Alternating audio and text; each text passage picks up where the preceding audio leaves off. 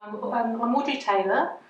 I'm a support coordinator, which means that I offer individual support to women that come to the centre, do some individual work with them to reach the goals that they've identified that they want to reach through coming to Asha, and support them through some of the groups that they go to. So that's generally the sort of work that I do with people. Well, my background actually is in the probation service, so Asha grew out of Worcester probation. So I was aware of Asha many years ago, and when I left probation 6 years ago, it was almost a natural sort of move to actually change careers, if you like, to actually come into to work at Asha Women's Centre. It's sort of broadened my perspective on women's issues. Certainly gained a lot of knowledge through working in Women's Centre around the barriers that there are for women in the community, all sorts of issues that women have to deal with, and particularly issues around domestic abuse. And while I've been here, I've trained as a facilitator for the Freedom Programme, which we run at Asha. So it's broadened my perspectives quite a lot on women in the community and to say all the issues that women that come here have to deal with. I think there's something quite unique about Asha. It's a holistic service.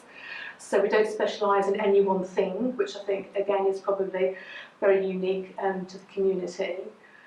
It's a safe place for women to come to.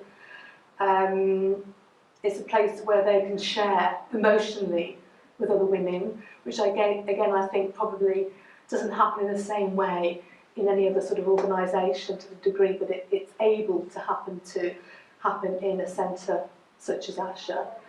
And the women that come here have invested a lot in it, and they tell staff and they tell everybody else what they've got from Asha, how they've progressed here, and a sense of belonging somewhere.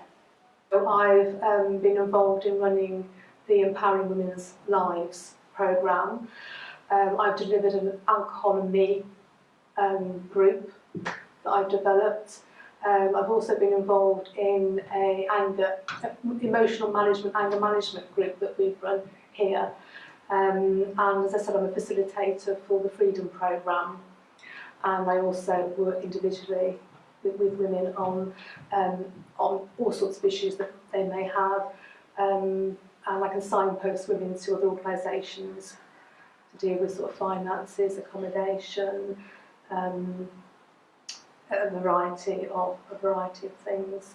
We also, support coordinators, also deal with what we call sort of women that might just approach Asha, might come into Asha who aren't centre users, but who are in a crisis situation at that point in time. So we can do a bit of crisis intervention, work with that person on a one-to-one basis on that day.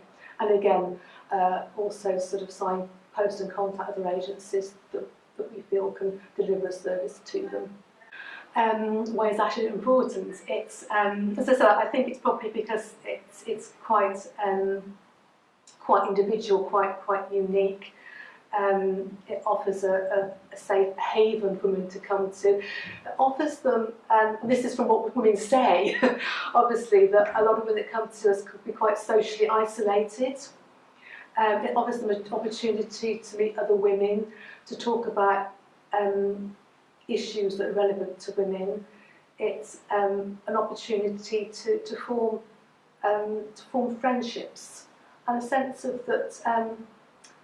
The sense that Asha is theirs. I think you may have seen already that they're running the luncheon club.